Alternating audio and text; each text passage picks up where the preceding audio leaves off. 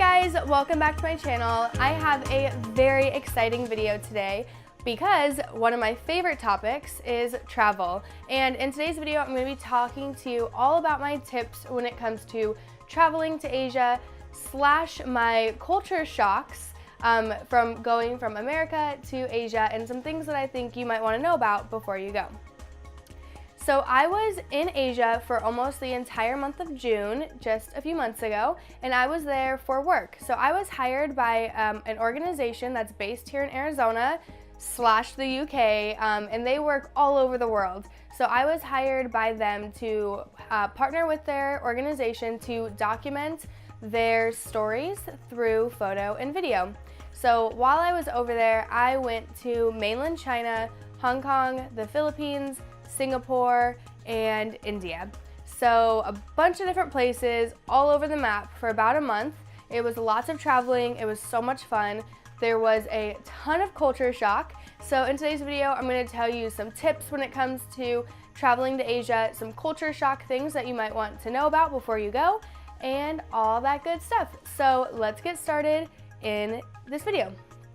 So if you have followed me for a while, then you know that I am an avid traveler. I have been to tons of places all over the world, but specifically I would say my niche area is Europe.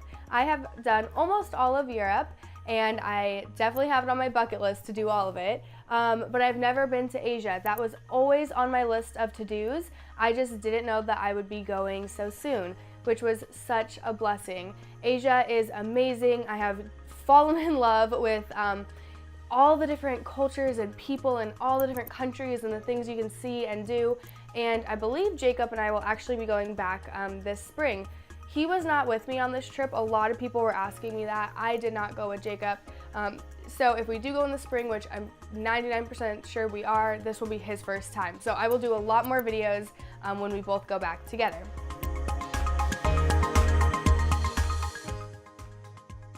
Now, if you have done a ton of traveling like I have, and especially if you've done Europe, this is a totally different experience. I felt pretty prepared based off of the experiences that I had living in Europe for a summer in college, and then we went back for our honeymoon, and then I just went again in February for a month of traveling.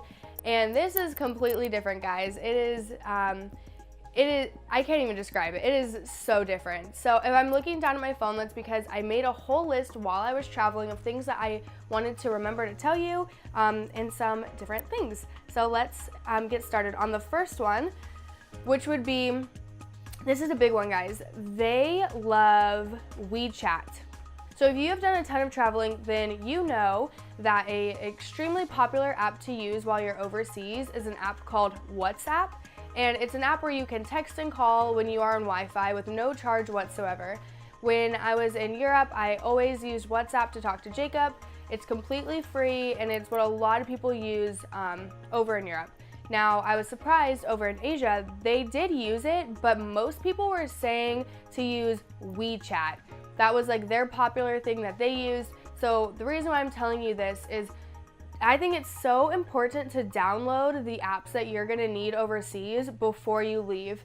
In case the Wi-Fi is spotty at your Airbnb and you can't download apps, or you get to the airport and all of a sudden you need it, download both WhatsApp and WeChat, but most likely you're gonna need to use WeChat when you are discussing things with other people in Asia. Maybe you're trying to meet up with somebody that you know over there. You're gonna wanna use WeChat.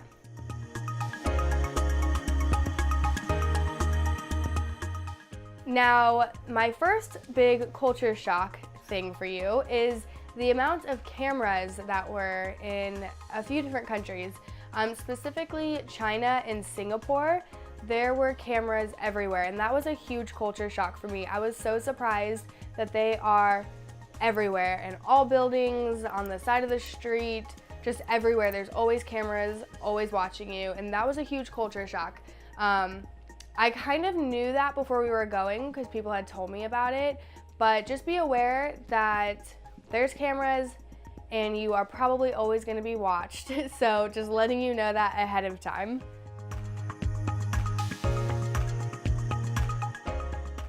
Okay, here is a culture shock / tip There is not much toilet paper over in Asia, specifically in China, Hong Kong, and I think it was Singapore. There wasn't a ton of toilet paper, so their toilets are different over there. They actually have the toilets where attached is a hose, and that is your form of kind of cleaning yourself off after you go to the bathroom. So instead of using toilet paper, you use this hose, spray yourself down, and you're good to go.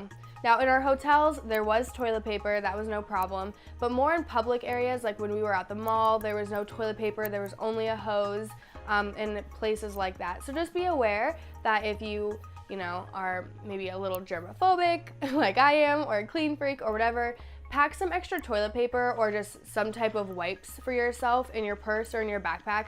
That way if you're not comfortable using the hose, you have something to clean yourself off with after using the bathroom. And I might insert a video, I have to remember if it's appropriate or not, but finally, I was traveling with my friend Sarah. She works for the organization that I was working for, and we had seen these hoses on the toilets, like, everywhere. And then finally when we got to Singapore, which was I think our third country maybe, I can't remember, there was one of the hoses attached to our hotel bathroom. So finally I was like, screw it, I want to try this thing, I want to see how it works. And I did it, and it hurt so bad because the water pressure was so intense, and I didn't really test it in the toilet. I just did it, and I jumped off the toilet and fell to the ground laughing so hard. Sarah thought I got hurt. She was laughing and crying and recording me and asking if I was okay. And I was dying laughing. I couldn't get it out that I was I'm fine, I'm fine. It was just so intense, and I was not expecting it. So if the video is appropriate, I'll put it in the video, but I can't remember how good it is.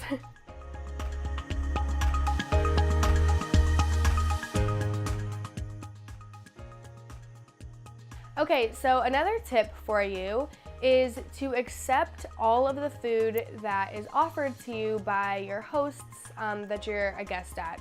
So obviously it's pretty common sense to always be really courteous to the people that are hosting you and to accept their foods and drinks, and that's an obvious thing. But in Asian culture, it's a really serious thing. It's really disrespectful if you don't accept the food that they're giving you. So just make sure you accept it. It was hard for me because I don't like seafood at all. So when we were in China, they were offering me tons of seafood and oysters and mussels and clams, all these things that I've tried it and I really don't like it. But I still was accepting it, taking it, acting like I was eating it, trying to be really respectful. But definitely don't deny food. So that's just a tip.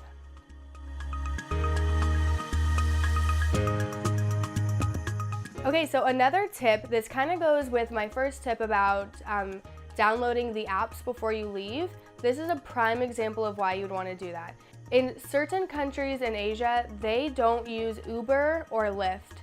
So specifically, if I remember right, it was in Singapore, they don't have Uber. They had it for a while, and I think it got banned for some reason.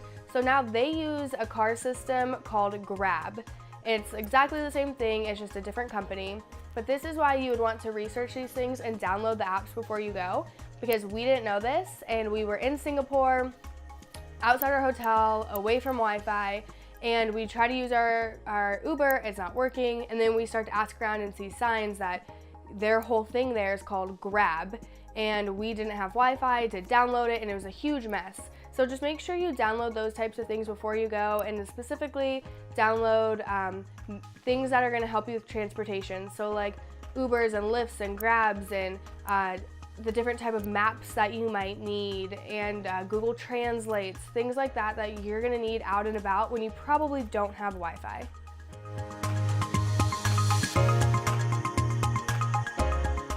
Okay, so my next tip is adapters. So if you've done traveling, then you know all around the world, every country uses a different adapter plug in your wall to plug everything in. Your phones, your laptops, any type of charging device gets plugged in a different way in every country. I will link what adapter I use down below because it was awesome. It was a universal adapter that has almost every single country all in one square, where a few years ago when I lived in Europe for the summer, my sister and I bought an adapter for every single country we went to, and we had a huge bag we were lugging around of adapters. Luckily, they have come out with new ones that are so much better that it's just a little square and it has all the adapters all in one. So definitely make sure you grab that before you go anywhere. But my second tip with that is to also bring a power strip that has the 3 prongs in it. So if you have an extension cord or one of those like adapters where you can have like multiple things plugged in all at once, a power strip, a lot of them will only have the 2 prongs.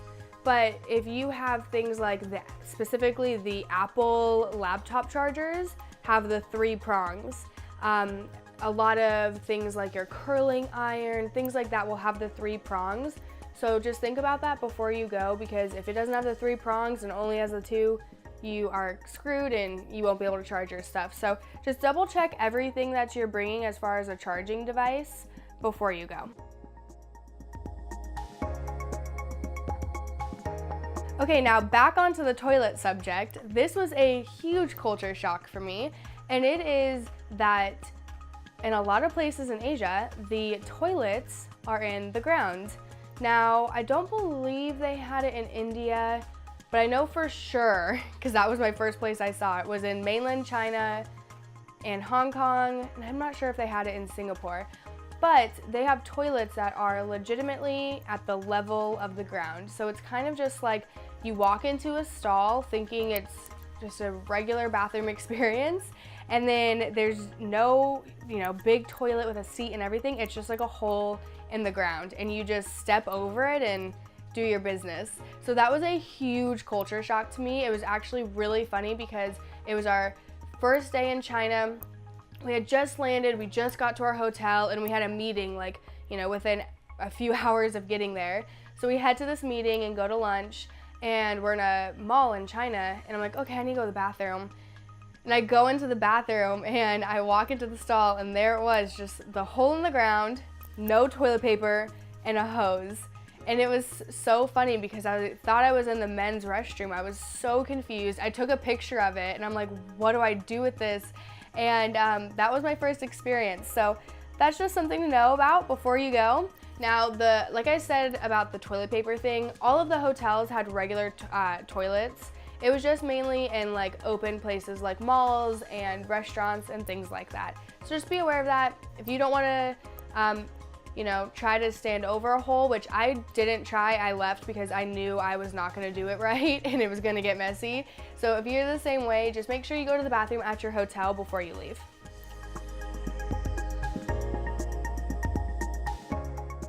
Okay, another huge culture shock for me was how many countries in Asia eat with their hands. Now, I think I knew that from watching like a movie or something a long time ago, that in India a lot of the culture is to eat with your hands, but I kind of forgot about it. So it was a shock for me when we were in India and we sat down to eat lunch with everybody, and there was no, spoon, fork, knife, none of that was there. It was just like all the bowls and your hands, and that was a really cool experience to see like everybody just like eating with their hands, not even thinking like, oh, where's my fork or where's my spoon or I need this and that. And then they have sinks in all of their restaurants. So like against the walls there'll be sinks so that when you're before and after you're eating, you can go over there and wash your hands and dry off.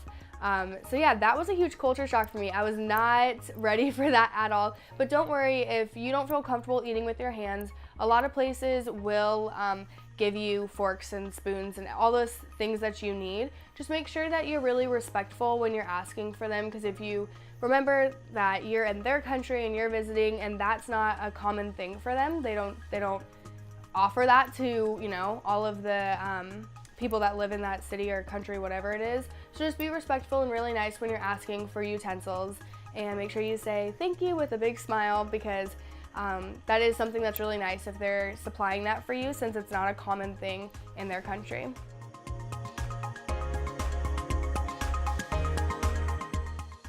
So another important thing is your phone. Now, times have changed a lot just over the past few years, thank goodness, because when I was living in Europe only like 3.5 years ago, or maybe it was 4 years ago, there was no reasonable option for international plans. So I'm with Verizon. They did have an international plan, but it was so expensive. There was no way that my parents were gonna pay for that. And the whole switching out your SIM card thing was very kind of taboo. A lot of other carriers did it, but with Verizon, it was like super sketchy. You couldn't really figure out how to do it.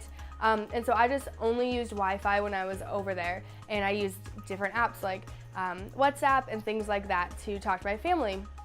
Now, things have definitely changed. You can still do SIM cards. You can do them with Verizon. You can do it with any plan. We tried to do it on our trip when we were in Asia, but it was really complicated and confusing. There are a ton of blogs and YouTube videos that will show you how to do it, but honestly, we still couldn't figure it out. So now the phone plans have actually gotten so much better. I think it's Sprint or T-Mobile, one of those, now has like international plans for such a reasonable price. Like unbelievably reasonable that some of the people that I'm friends with that are avid travelers, they are with whatever the carrier is specifically because of their international plan.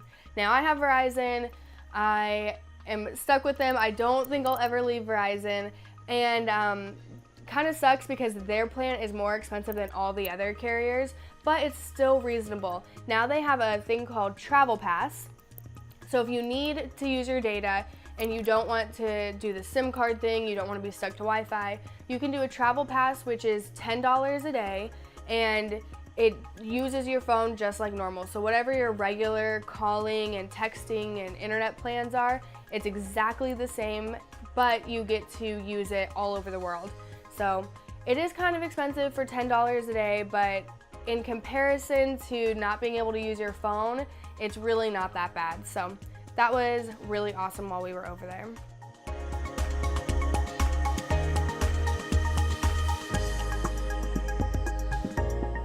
Now, speaking about phones, certain countries in Asia ban certain apps. So be aware of that before you go. I cannot tell you exactly which countries ban what apps, but I can tell you that when we arrived in China, I was trying to get on my Facebook, my Instagram, I was trying to stay updated with what was going on back at home, and nothing was working. Now this was before we tried to do the SIM card thing and before I, paid to do the travel pass, and we were hooked up to the Wi-Fi at the hotel. So I was just thinking, okay, this Wi-Fi is really bad. Something's going on with the hotel's Wi-Fi. That's why I can't get on any of my Facebook or Instagram, anything like that. And it was going on for all the days I was in China. I just couldn't get it. We finally left China, and I think we went to Hong Kong, and I think it was Hong Kong. And then all of my stuff was working. I got back on Facebook, I got back on Instagram, like immediately when we landed there, everything was working again.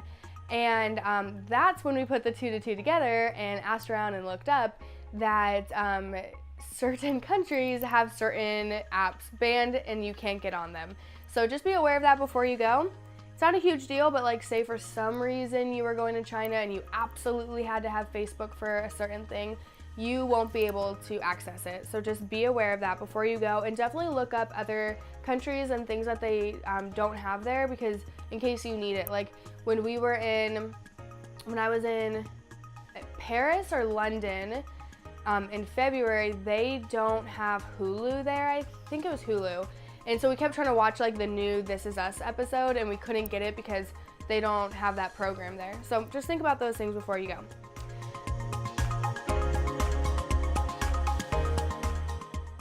Now, another interesting thing really quick to tell you guys about is the love for tea and coffee in Asia. They love their tea and coffee. It is like such a big deal over there. I was so surprised how like sacred it is to them, and all the conversations and the activities and things that all go around tea and coffee.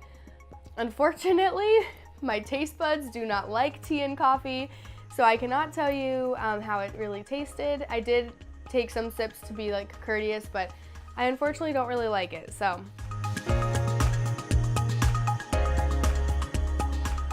Now, a huge tip, especially if you are a photographer or a videographer, and really just anybody, is batteries at the airports. Now, you want to 100% look this up before you travel anywhere. What is okay in your country's airport is not, what is okay in your country's airport probably won't be okay wherever you're going.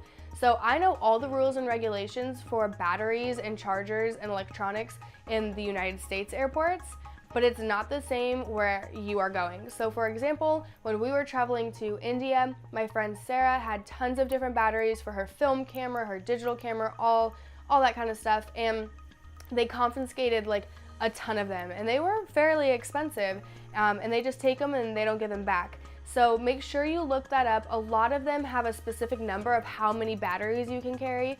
That is unfortunately what happened with Sarah's, is she had too much of a certain battery, and so they took them from her. So make sure you look that up before you go, because you do not want to, have to shell over your, $50 batteries and you have, 4 or 5 of them. That adds up, and so make sure you look that up before you go.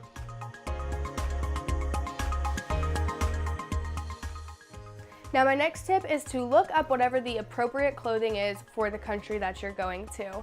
This might seem like common sense, but you really have to think about the countries that you're going to. Some of them, might be a lot more conservative than where you live. So just think about that before you go. Look it up. I tried looking it up before I went, and I did not find a lot of things that were like very specific about, what to wear and what not to wear. I say for best bet, go more conservative than you think you need to, because nothing's wrong with that, and bring things to help cover up. So like, I don't have a ton of long sleeve shirts, so I brought my regular t-shirts, but then I brought a really, really light black cardigan that I could just throw on over all my shirts if I felt like, the situation called for it and I needed to cover up more of my arms. Another thing that I did not think about, but thank goodness Sarah did, is to bring a long scarf for the ladies. So if you do want to go visit any of the temples or certain things like that over in Asia, a lot of the times they require it, or it's just a respectful thing to cover your shoulders and chest and your head with a scarf. And luckily Sarah had another one for me, so because I did not know about that. So bring one just in case. It can be super lightweight. It doesn't need to be like a thick winter scarf, but more of just like a really thin, light scarf. I'll throw in a picture so you can see what I'm talking about. Now, another culture shock thing is to be ready for people to stare at you. Now, there's obviously extremely touristy areas that, you'll blend right in. But if you're traveling to some non-touristy areas, you will definitely stand out. For example, where we went to in mainland China, we stood out like a sore thumb, and everybody was staring at us, especially Sarah and I, because we are very tall women, and so we were tall white American women, and we stood out so much, and people were staring at us, and it was hilarious, especially also because if I remember right, Sarah told me she has blue eyes, and I think she told me when she was traveling somewhere else, everybody wanted a picture with her because they had never seen blue eyes. So think about those things when you're traveling. It's kind of cool that some of the places that you might be going, people have never seen somebody that looks like you. I've also heard a lot of stories about certain places around the world where people travel to that have blonde hair, blue eyes, and everybody wants to take pictures of them. It might have been in China. I can't remember the story. But that's just something to be aware of beforehand. If people are staring at you, it's probably just because they're confused why you're there and looking at you.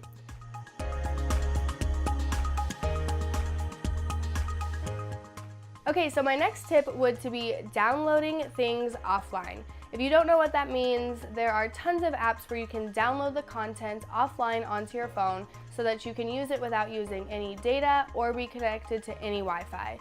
Now, some things to think about is entertainment. So movies and shows off of Netflix, you can download offline to your phone and your iPad, as well as your music, like on Spotify, you can download your playlist offline to use. Some other things that you might not have thought about that you'll want to download offline is things like Google Translate, so that you can speak to people while you're traveling without using any Wi-Fi or data, and maps. there are tons of different maps in the App Store that you can use and download offline, so you can use them while you're walking through whatever city you're in. And they even have ones that are really specific to the cities that you're in that will also show things like the touristy sites and important things that you might need.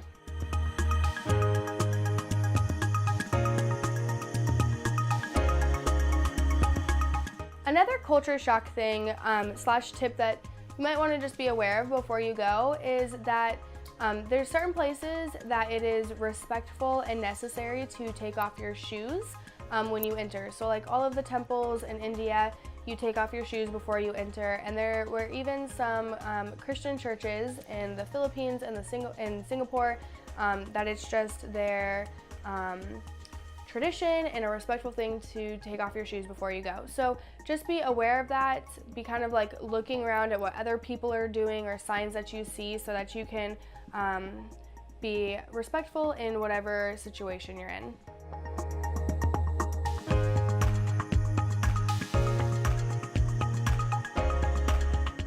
Okay, an obvious one, but check the weather all the time. The weather was constantly changing when we were there from country to country. It was dramatically different, so check up on all the weather before you go. Also, especially because it probably isn't the same as where you're living. So in Arizona in June, it is extremely, extremely hot. And it's summertime, so I kind of thought the same thing, that over in Asia it was going to be the exact same thing. But I was surprised when we got there, everybody was making comments to us like, oh, you just missed the heat, you just missed summer, it was so hot here during the summer. And June was kind of like their end of summer going into like their cooling off season, where in Arizona, like that is prime time heat.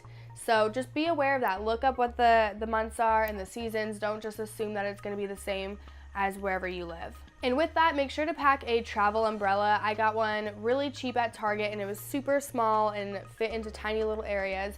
Make sure you have one because not only if it rains, but you also might just want it if you're walking out in the heat and the sun and you're sweating. I used it actually probably more for the heat than I did for the rain when I was there.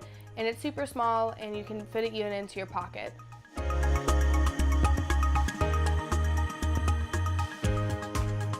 Now, another culture shock thing to me was that a ton of places did not have any seatbelts. Like, it's not like they had them and they didn't work. It was like they legitimately did not have them even as an option. So that was a little hard for me because I am very anal about wearing a seatbelt and very particular about it. So I kept trying to reach for it. I kept trying to like do things to like protect myself, like as if I was a seatbelt, and you just have to get used to it. A lot of places don't have it, and that is gonna happen.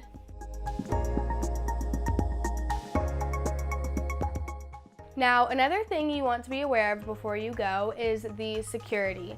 Now, not only is the security gonna be completely different in the airports than what you're used to, but even in the hotels. That was a huge culture shock to me because I had never seen security like this in hotels in the States. You know, there might be the one hotel security guard at the front door type of thing, and that was it. But when we were traveling, they had full-on security at the hotels, where you had to put your bags through the sensors, they scanned you down, like full-on airport security, but in the hotels, and every time that you walked through. Dogs sniffing and everything. So just be aware of that before you go. Be prepared that the security is gonna be pretty tight everywhere you go, and be ready to, you know, get your bags checked multiple times and things like that. Another thing is also in the airports. Some of the airports we went to, the security was so tight. And that's saying a lot coming from the US because I feel like our airports are pretty strict. But some of the airports we went to were really intense. So just be aware of that before you go. Just be prepared mentally, get ready, and just if you're being respectful and following the rules, everything is fine. Just be ready. Another kind of funny culture shock thing was that when we were in India, they separated the girls from the guys when it came to going through the security checkpoints. And it was really funny because the guys' line was like super long and taking forever, and the girls' line looked like a fast pass line where we just went straight up and went through really quick. I'm not gonna lie, I definitely made a joke that was the first time that as a girl we got a benefit over the guys going through the security so quick. So that was kind of interesting. Okay, I think that is all of my tips. I know it was a lot, but I really wanted to inform you guys as much as I could about the things that I learned when I was over there. Like I said, I am gonna go back soon, and I will definitely make a lot more videos about my experience there, since I will have Jacob there to help me do recordings and all that good stuff, and I won't be there primarily just for work like I was for this trip. So I hope you guys enjoyed this video. If you have been and you have other interesting tips or culture shock things, please leave them down below. I think it's so fun when we have conversations about the videos and talk about things that I didn't know that you might know, or anything like that. So please comment them down below. I would love to talk to you guys about other things. And if you are traveling to Asia soon, please comment that down below so I can see where you guys are going to and add it to my list of places I want to go. I hope you guys enjoyed this video. If it helped you at all, if you learned anything, please give it a thumbs up. Please share this video with anybody you know who loves to travel or might be going to Asia soon. And that's it for this video. I will talk to you guys in my next video. Thanks, bye.